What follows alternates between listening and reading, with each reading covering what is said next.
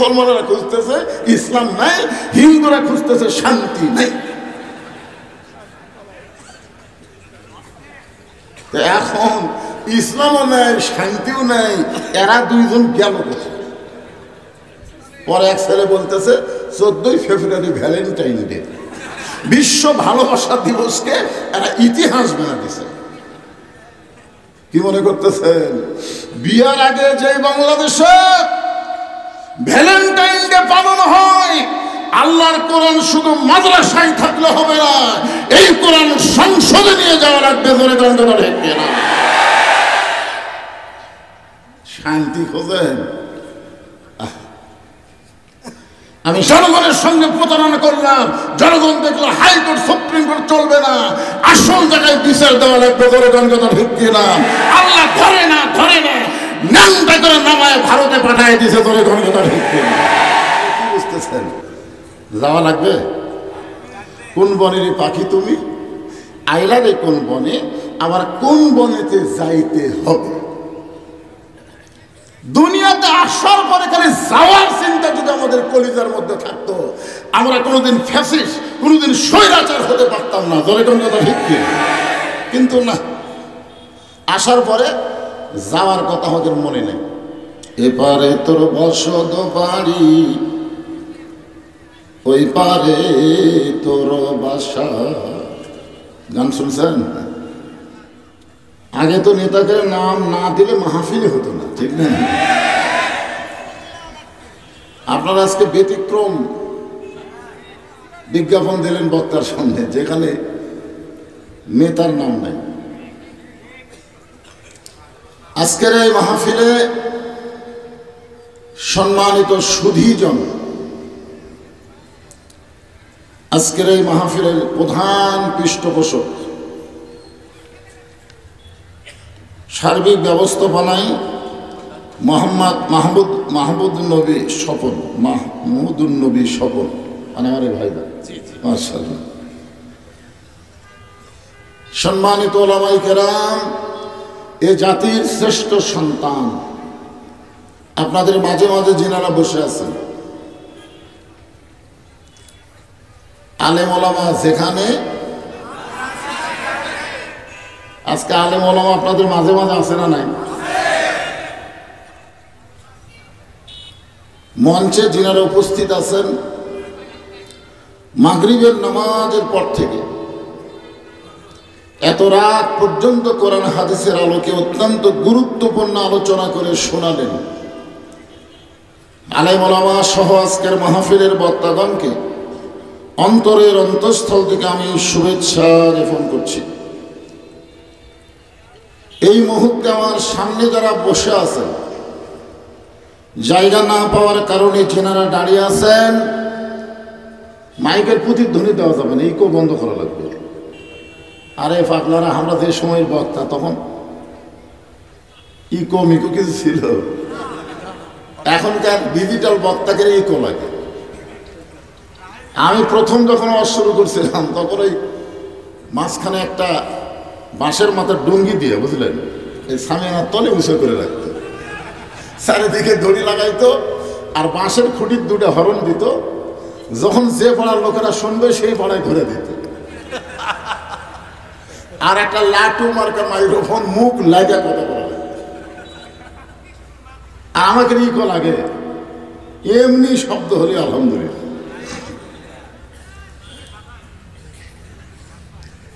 যে সমস্ত আল্লাহর বান্দারা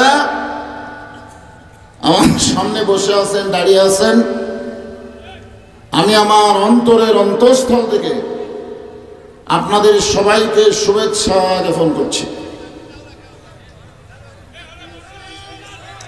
আপনারা হইচই করলে হবে না তো, হইচই কোনো সমাধান না, কায়দা মতো মার দিলেই সমাধান হয়। তোর এখন ঠিক বিএনপি জামাত ইসলাম 15.5 বছর হইচই করছে, কাম হয়নি। সাইজ মতো মার দিছে, হাসিনা পলায় গেছে। হইচই দেখি যে হবে, কাজের মতো কাজ করা লাগবে। এই জন্য হইচই না করে দেখেন তো পিছন দিকে বসার চান্স হয় কিনা। হ্যাঁ, এই সাইডও জায়গা আছে আলহামদুলিল্লাহ। সম্মানিতা মা বোনেরা, পর্দার অন্তরালে বসে বসে যারা আলোচনা শুনতেছেন তাদেরকেও শ্রদ্ধা জ্ঞাপন করে দীর্ঘ অনেক বছর পরে আপনাদের এলাকায় এসে আমি জিজ্ঞাসা করতেছি, আপনারা সকলে কেমন আছেন? আলহামদুলিল্লাহ রাব্বিল আলামিন। জি, আলহামদুলিল্লাহ।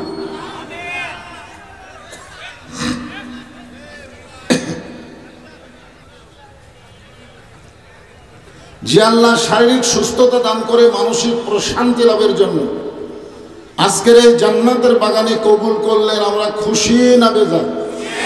তাহলে জবান করে সমস্বরে সকলে বলবো, রব্বানা লাকাল হামদ হামদান কাসীরান তাইয়িবান মুবারাকান ফীহি।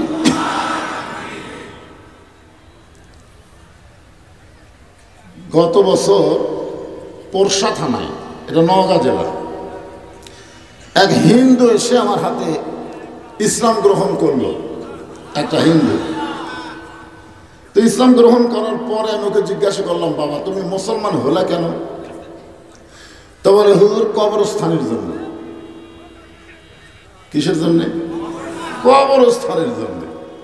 মানে মুসলমানকে যখন কবর দেয়, আমি হিন্দু তখন দেখবার গেছিলাম, দেখবার যায় দেখি অবাক কাণ্ড, কত সম্মান করে তার জানাজা করে দোয়া পড়ে তাকে দাফন করলো। আর আমার বাবা যখন মরে গেল পুরাই ব্যবসায়িজ করে দিল। একটা মানুষ মরে গেলে তাকে আমার পড়া, এটা কোনো ধর্ম? আমি হিন্দুরে লাঠি দিয়ে ইসলাম গ্রহণ করলাম। আজকে সেই গোরস্থানকে লক্ষ্য করে আজকের মাহফিল, জোরে কোন ঠিক কিনা? এখানে হইচই চিল্লা চিল্লি কোনো কিছু চলবে না। গোরস্থান হলো চুপ থাকার জায়গা। সবাই সাইজ মতো বসেন। আমি যে আয়াতে কারিমা তেলাওয়াত করেছি এর উপরে আলোচনা করবো ইনশাআল্লাহ। তো এখন আমরা আল্লাহ প্রশংসা করার এক নম্বর কারণ হলো, আমরা মরে গেলে ভদ্রভাবে আমাকে দাফন করবে। জোরে কোন ঠিক কিনা?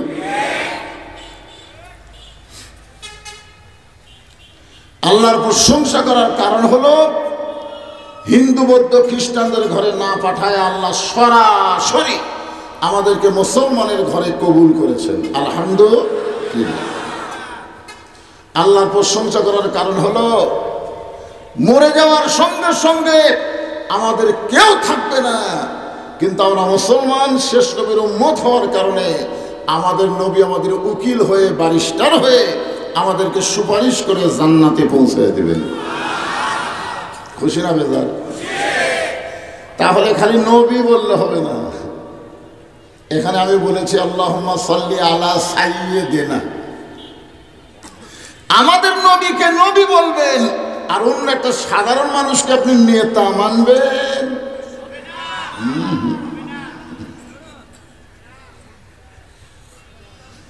বাংলাদেশে আমরা এই জিনিসটা খুব ভুল করি। নবী হিসাবে খুবই সম্মান, নবীর নামে দরুদ পড়ি, নবীরে সালাম করি মসজিদের ভিতরে, কিন্তু নবীর সমাজ গড়ার কাজে অনেকের দ্বন্দ্ব মনে বাজে না। নবী মসজিদে থাকবে, মাদ্রাসা থাকবে, নবী সংসদে যাবে কেন? এই জন্য কতগুলো নাস্তিক বলেই ফেলেছে মোল্লার দৌড় মসজিদ পর্যন্ত। একটা মোল্লা যদি খুব বেশি যায় মসজিদ পর্যন্ত যাবে, এর বাইরে নাকি যাওয়ার ক্ষমতা মৌলবীকের নেই। কি কর? আমাদের নবী কি শুধু নবী না নেতা? তাহলে গলা ছাড়িয়ে বলা লাগবে, আমার নেতা তোমার নেতা, বিশ্ব নবীর চরিত্র। আলহামদুলিল্লাহ। ফুলের চাইতে ভুলে গেছে একজন, পরে বলতেছে ওয়া ইন্নাকা লাআলা খুলুকিন আযীম। এই আয়াতের তাফসীর পড়বেন। আল্লাহ ৯৯টা নামের মধ্যে একটা নাম হলো আযীম। কি নাম? আর সেই নামটা নবীর চরিত্রের সাথে আল্লাহ লাগাই দিচ্ছে। একটা ফুলের সাথে তুলনা করবেন? আল্লাহ বললেন লাকাদ কানা লাকুম ফি রাসূলিল্লাহি উসওয়াতুন হাসানা। যদি সফলতা অর্জন করতে চাও, দুনিয়ার তামাম পাঁচশা নেতার সামসাগিরি বাদ দিয়ে বিশ্ব নবীকে তোমাদের আদর্শের নেতা হিসাবে মেনে নাও। একটা কোরআন শরীফ লাগবে না এখানে? মাঝে মধ্যে কোরআন শরীফ দেখার লাগবে তো, কারণ বক্তা যে কথাগুলো বলতেছে আর বাপ দাদার কথা না, আল্লাহর কোরআনের কথা। তো একটা কোরআন শরীফ এখানে দেওয়া লাগবে।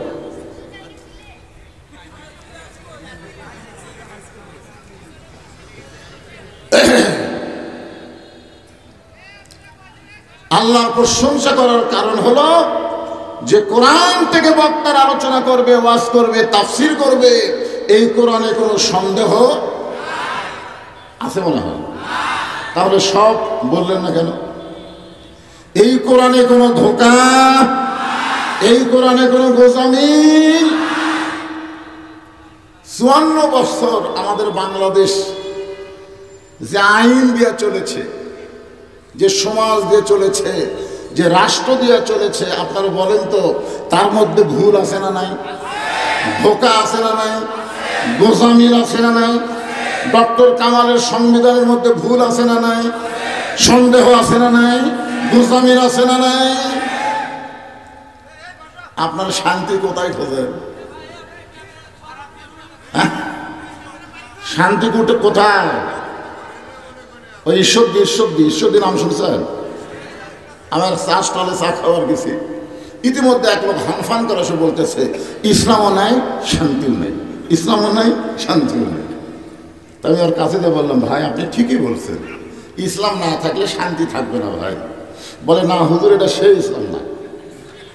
আমি এটা আবার কোন ইসলাম? বলে এটা মুসলমানের বেটা ইসলাম, হিন্দুর মেয়ে শান্তি কিনা বার হয়ে গেছে। এখন সকালবেলা মুসলমানেরা খুঁজতেছে ইসলাম নাই, হিন্দুরা খুঁজতেছে শান্তি নাই। এখন ইসলামও নাই, শান্তিও নাই, এরা দুইজন গেল কোথায়? পরে এক ছেলে বলতেছে 14ই ফেব্রুয়ারি ভ্যালেন্টাইন ডে, বিশ্ব ভালোবাসা দিবসকে এরা ইতিহাস বানা দিছে। কি মনে করতেছেন? বিয়ার আগে যে বাংলাদেশে ভ্যালেন্টাইন ডে পালন হয়, আল্লাহর কোরআন শুধু মাদ্রাসায় থাকলে হবে না, এই কোরআন সংসদে নিয়ে যাওয়া লাগবে। ধরে গন্ডগোল হেঁটে না, শান্তি খোঁজেন।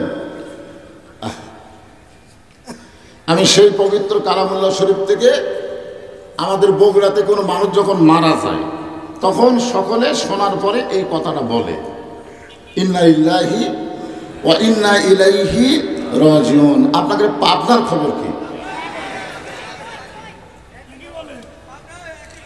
একই কথাই, মাশাআল্লাহ। আচ্ছা, যদি আওয়ামী লীগ মরে, আলহামদুলিল্লাহ।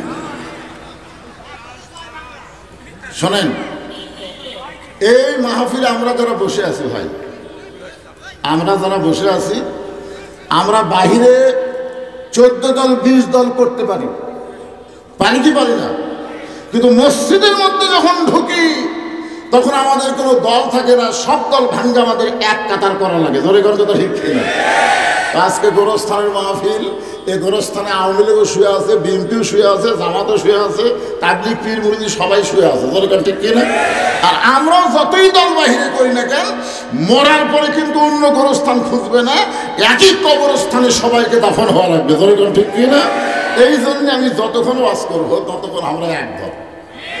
আপনার বেড়ায় তাই ফেটে ফেলে দেয়, এই সামিয়ানার এরিয়া সাইডে যখন পাবেন যা ইচ্ছা তাই করবেন, কিন্তু ভিতরে যখন থাকবেন তখন দলাদলি করা যাবে না, এক দল হয়ে মনোযোগ দিয়ে কথাগুলো শোনা লাগবে। ধরে কোন ঠিক কি না? মিশে মায়াই বন্দি থাইকা করলাম কত খেলা, পশ্চিমে তাকায়া দেখো তোমার ডুইবা গেছে বেলা।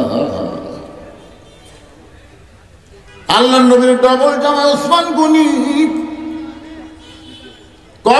পার্শ্ব দিয়ে যখন যেতেন, এত কান্না তিনি কাঁদতেন, কাঁদতে কাঁদতে মাঝে মধ্যে বেহুশ হয়ে পড়ে যেতেন। সাহাবেরা জিজ্ঞাসা করে, এই দুনিয়াতে 10 জন মানুষকে আল্লাহ জান্নাতের সার্টিফিকেট দিয়েছে, আপনি হলেন তার মধ্যে 3 নম্বর ব্যক্তি। 10 জন সাহাবীকে এই দুনিয়াতে জান্নাতের সার্টিফিকেট দেওয়া হয়েছে, কয়জন? ওসমান গনি কয় নম্বর? দুনিয়াতে আপনি জান্নাতের সার্টিফিকেট পাচ্ছেন, এরপরও কবরের পার্শ্ব দিয়ে যাইতে আপনি এত কাঁদেন, কারণ কি? ওসমান গনি বললেন,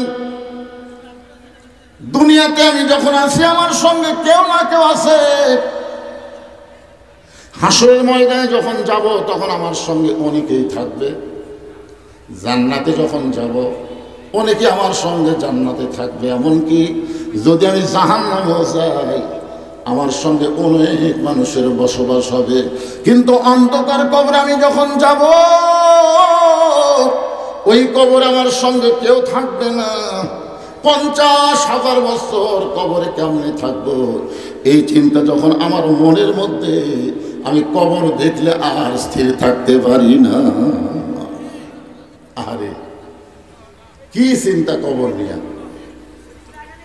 আজকে কবরস্থানকে লক্ষ্য করে মাহফিল, আমরা যদি একটা চিন্তা খালি করি, 3 তলা 4 তলা 5 তলা যতই তালা বানাই, মরার সাথে সাথে হাত টাইনা নিয়ে আসবে। ধরে কোন কথা ঠিক কিনা? কেউ বলবে না এত সুন্দর বাড়ি করছে, থাক। সবাই বলবে তাড়াতাড়ি দাফন করো, তাড়াতাড়ি দাফন করো। মরার পরে যে বউকে নিয়ে আপনি সংসার করলেন সারা জীবন, আপনি যদি সন্ধ্যা রাত্রে বলে, আর বউকে যদি বলা হয় তুমি আজকে রাতটা, বাকি রাতটা স্বামীর কাছে থাকো, বউ তখন বলবে লাশের কাছে থাকতে ভয় পায়। এত কিছু করতেছেন ময়না টিয়া পাখি, মরলেই পড়বেন ফাঁকি। কিন্তু একটা সাহস আছে, সাহসটা শুনবেন। কিন্তু যেদিন ডাক পড়িবে কবর মাঝে যাইতে, জোগাড় কিছু করছ বন্ধু তার মাঝে বিছাইতে। ইয়া আইয়ুহাল্লাযীনা আমানুত্তাকুল্লাহা হাক্কা তুকাতিহি ওয়া লা তামুতুন্না ইল্লা ওয়া আনতুম মুসলিমুন। আল্লাহ পর্যন্ত বলতেছে মরে যাও, মরো, কিন্তু মুসলমান না হয়ে মরো না। মুসলমান না হয়ে যদি মরো তাহলে কবর তোমার জন্য জাহান্নাম হয়ে যাবে। ধরে কোন কথা ঠিক কি না? আর মুসলমান হয়ে যদি মরি তখন কবর কি হবে? গভীর রাত্রে। আচ্ছা, এই কামটা আপনারা আগে করলেই হতো না? আমাকে তুলে দেওয়ার কথা 10টায়, সেখানে আনতে আনতে বাজাইলো 11:15। ওয়াজ স্টার্ট না দিতে এরকম হয়েছে। তাহলে এই বুড়া মানুষের মারার বুদ্ধি শিখছেন?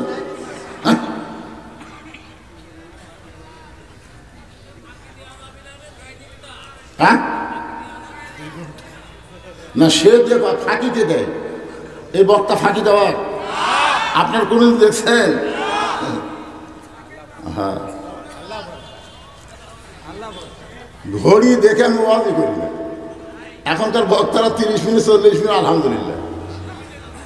আপনারা একটু হয়েছে কম করেন বাবা, কারণ কবরকে সামনে নিয়ে ইন্না লিল্লাহি ওয়া ইন্না ইলাইহি রাজিউন একটু মনোযোগ দিয়ে শোনা লাগবে। তো এই আয়াতের একটা গান শোনেন, একটা গান বই শুনবেন। যে আয়াত করলাম তারই বাংলা গান। কোন বনেরই পাখি তুমি আইলা রে কোন বনে, আবার কোন বনেতে যাইতে হবে পড়ছে নাকি মনে। কোথায় ছিলেন? জান্নাতে ছিলেন। জান্নাতে, জান্নাতের শর্ত জানেন না তো। আসলে আদম আলাইহিস সালামকে আল্লাহ জান্নাতে রাখছিল না।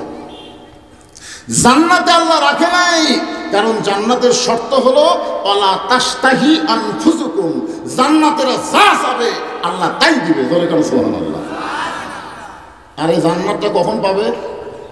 আল্লাহ কোরআনে বলেন ফাদখুলি ফি ইবাদি ওয়াদখুলি জান্নাতি। আগে আল্লাহর গোলামি করো, আল্লাহর ইবাদত করো, তারপরে জান্নাতে যাও। আপনারা বলেন তো আদম আলাইহিস সালাম ইবাদত করে জান্নাত গেছে না ইবাদতের আগেই? তার মানে কি আল্লাহ রাখবে? ইবাদত না করলে জান্নাতে থাকার তো শর্তই নাই। আল্লাহ একটা ইবাদত জান্নাতের মধ্যে দিলেন, ওই গাছের কাছে যাইও না, ওটাই ইবাদত। আমাদেরকে আল্লাহ বলতেছে সুদ খায়ও না, ঘুষ খায়ও না, এটাই একটা ইবাদত। জোরে কোন ঠিক কিনা? ওই গাছের কাছে যাইও না। ওয়ালা তাকরাবা হাদিস শাজারা ফাতাকুনা মিনাজ জালিমিন। এই কথাটা যদি আল্লাহ আদমকে একা একা বলতো, আদম কোনোদিনও গাছের কাছে যাইতো না। কিন্তু সমস্যা হলো আদমের সাথে হাওয়া আছে, হাওয়া। এই হাওয়া জাতি তো খুব, এরশাদ চাচার পর থেকে এই বাংলাদেশ যারা শাসন করছে, বাংলাদেশের বড় চেয়ারে যারা ছিল, একটা মরদ মানুষ নাই, সবগুলা মেয়ে মানুষ। জোরে কোন কথা ঠিক কিনা? সবগুলা না, ঘুরে ফিরে দুটোই, ঘুরে ফিরে একটা পল আছে আর একটা অসুস্থ অবস্থা আছে। কি বুঝতেছে? বেটার বউ আর শাশুড়ির গন্ডগোল হচ্ছে। তো এখন শাশুড়ি পান খাবার অন্য বাড়িতে বেড়াবার গেছে, এমন সময় ফকুন্নি এসে বলতেছে বৌমা 4টা চাল দাও। কয়টা? বেটার বউ বলে 4টা না 4 শেয়ার। ফকুন্নি তাই সারাদিন ভিক্ষা করে 2 কেজি পাই না, আর তুমি আমার 4 শেয়ার দিবে? শাশুড়ি আমার গাল দেওয়া অন্য বাড়িতে বেড়াবার গেছে, এই সুযোগে তোমার 4 শেয়ার চাল দেওয়া সংসার ঢুসা দেবো। কিন্তু ফকুন্নির বেটি কাউরে দান করেও না। ফকুন্নি বলতে আমার কি ঠেকা পড়ছে, আমি কাউরে খাবো না। এই কথা বলে ফকুন্নি রাস্তা দিয়ে যায় আর বলে ওই বাড়ির বেটার বউ আমার 4 শেয়ার চাল দেখায়, কাউরে দান করেও না, আমি কাউরে খাবো না। একলা একলাই গল্প করতেছে আর কাউরে খাবো না। একজন জিজ্ঞাসা করে ফকুন্নির বেটি কি হয়েছে? বলে বেটার বউ আমার 4 শেয়ার চাল দিয়ে কইছে কাউরে দান করো না, আমি কাউরে খাবো না। যারে পায় তারই বলতেছে আর বলে কাউরে কমো না। যেই ফকুন্নি সামান্য একটা ঝোলার চাল সামলাবার পারে না, তাকে যদি বাংলাদেশ সামলাবার দেন পারবে?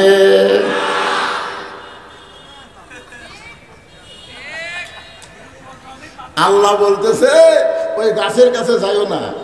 কিন্তু খালি ফকিরকে যদি আল্লাহ বলতো গাছের কাছে যাইতো না, কিন্তু ফকুন্নিও সাথে আছিল। আপনারা মনে করতেছেন হুজুর বাপ আদম আপনি ফকির করলেন, মা হাওয়াকে আল্লাহ আপনি ফকুন্নি করলেন, আমি কেন কবরে পাগলা? আল্লাহ করছেন এদের। আল্লাহ গানিয়ুন ওয়া আনতুমুল ফুকারা। এর বাংলা অর্থ হলো আল্লাহ হচ্ছে ধনী আর আমরা সবাই হলাম ফকির। মাস্তানি মারতেছে 5 তলা যে 1.5 লাখ টাকার খাট, 12,000 টাকার কম্বল উড়ে টানে রাত 9টার সময় দিয়ে বলতেছে আমার বাড়ি আমার ঘর আমার নামাইকে, এদেশ আমার বাপের, এদেশ আমার 41 সালের আগে আমার নামাইকে। তোর এখন কথা ঠিক দিয়ে আমার বাড়ি আমার ঘর আমার নামাইকে। রাত 9টার সময় এই কথা বলে বেটা ঘুমিয়ে গেছে। 2 কান্তের 2 ফেরেশতা বলতেছে আল্লাহ ঘুমের আগে একটা দোয়া পড়া লাগে, আল্লাহুম্মা বিইসমিকা আমুতু ওয়া আহইয়া। ঘুমাতে পারে বান্দা, চেতন হতে পারবে না যদি আল্লাহ না করে। জোরে কোন কথা ঠিক কি না? মশান তো ভালোই মারতেছেন, হেডফোন কানুতে ঘুম পড়েন। এখন রাত যখন 3টা বাজে, কয়টা? তখন একটা ভূমিকম্প আছে। ভূমিকম্প 2 ঝাঁকি মারছে, যাই কইছে আমার নামাইকে ওই কম্বলের মধ্যে লুঙ্গি থুয়ে ন্যাংটা হয়ে নামছে। ফেরেশতা বলতেছে আল্লাহ নামাইলে তাই বলে ন্যাংটা করে নামাইলা। 9 সালে ভোট পাইয়া 15.5 বছর বিনা ভোটে ক্ষমতার চেয়ারে ছিলেন। নাম্বার চাউনি 24 সালে ড্যামি নির্বাচন দিয়া জনগণের সঙ্গে প্রতারণা করলাম। জনগণ দেখলো হাইকোর্ট সুপ্রিম কোর্ট চলবে না, আসল জায়গায় বিচার দেওয়া লাগবে। জনগণ কথা ঠিক কিনা? আল্লাহ ধরে না ন্যাংটা করে নামায় ভারতে পাঠিয়ে দিয়েছে। জনগণ কথা ঠিক কিনা?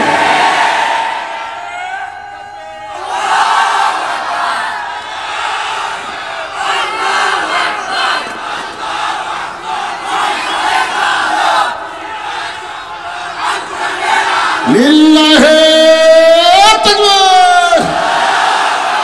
তুইজ্জু মান তাশা ওয়া তুযিল্লু মান তাশা বিয়াদিকাল খায়র ইন্নাকা আলা কুল্লি শাইইন কাদির।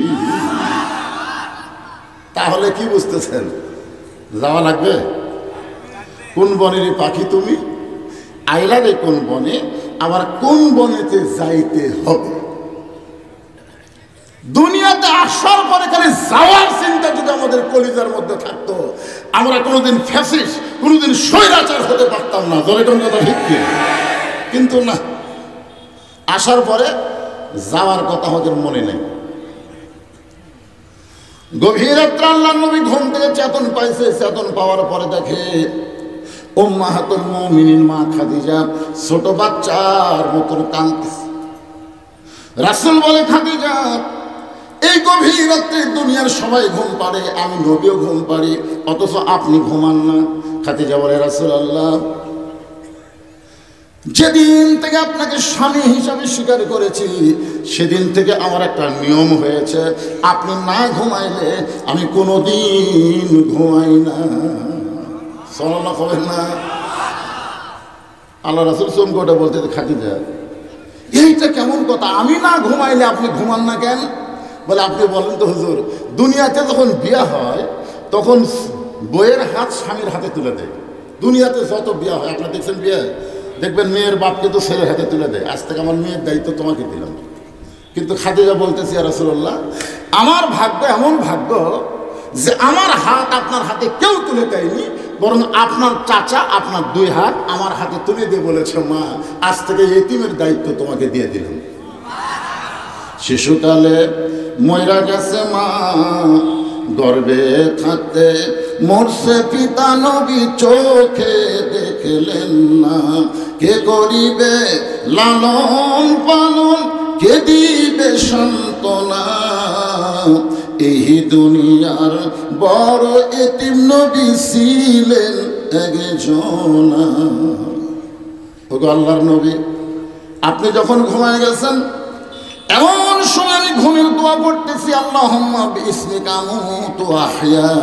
এই আমুতু বলার সঙ্গে সঙ্গে আমার দুইটা চক্ষু বন্ধ হয়ে আমি দেখতে পাই অন্ধকার একটা কবর। যেই কবরে কোনো দরজা নাই, যেই কবরে কোনো জানালা নাই, যেই কবরে কোনো বালিশ নাই, বিছানা নাই, যেই কবরে কোনো বাতি নাই। আপনি বলেছেন সর্বশেষে যেই ব্যক্তি মৃত্যুবরণ করবে, দুনিয়ার জীবনের 50,000 বছর কবরে থাকা লাগবে। সর্বশেষে যে ব্যক্তি মৃত্যুবরণ করবে, এই দুনিয়ার হায়াতের 50,000 বছর। কত বছর? যুবকেরা কি ভাবতেছেন? বর্তমান যুবকদের চাল চলন দেখলে মনেই হয় না যারা মরবি, অথচ আজকের খবর পড়ে দেখেন, যদি 3 জন বুড়া মরে, 30 জন যুবক মরছে। জোরে কোন কথা ঠিক কিনা? আমাদের বগুড়াতে আপাতত বুড়া মানুষ মরতেই ছিল। হ্যাঁ, আমি এ পর্যন্ত এই মাসে যতগুলো জানাজাত গেছি সবগুলো জোয়ান, একটা বুড়া মরেনি। ভাই অ্যাক্সিডেন্ট করে মরতেছে, না হয় অ্যাক্সিডেন্ট বাসের তলে, না হুন্ডালিয়া, না ভুটভুটি চলে, একটা বুড়া মরতেছে না। অথচ আমাদের চরিত্র হলো, যখন হবে চামড়া ঢিল, আল্লাহর সাথে দিব মিল। যখন থাকবে চামড়া টাইট, আল্লাহর সঙ্গে করবো ফাইট। রে যুবকেরা, মনোযোগ দিয়ে শোনো। আজকে যারা এখানে বসে আছো, এখান থেকে বক্তার শ্রোতা কেউ বাড়ি যাওয়ার গ্যারান্টি পায়নি। ধরে কোন কথা ঠিক কিনা? গ্যারান্টি পাচ্ছেন? এই জন্যে মনোযোগ দিয়ে শুনবেন। খাদিজা বলতেছে, রাসূলুল্লাহ, ওই 50,000 বছর অন্ধকার কবর আমি খাদিজা কেমনে থাকবো, এই চিন্তা যখন আমার করে যায়, আমার চোখে আর ঘুম ধরে না। সঙ্গে সঙ্গে নবী খাদিজার কপালে একটা চুমা দিয়ে বললেন, খাদিজা, ওই আল্লাহর শপথ করে বলতেছি, ঈমান গ্রহণ করার পরে আপনি আল্লাহর সঙ্গে যে সম্পর্ক করে তুলেছেন, আল্লাহ আপনার কবরকে জান্নাত বানায়া দিবে। আপনারা কি বুঝবার পারছেন রাসূল কি কইছে? রাসূল বলেছেন ঈমান গ্রহণ করার পরে আপনি আল্লাহর সঙ্গে যে সম্পর্ক গড়ে তুলেছেন, আল্লাহ আপনার কবরও জান্নাত বানিয়ে দেবে। এখন আপনারা বলেন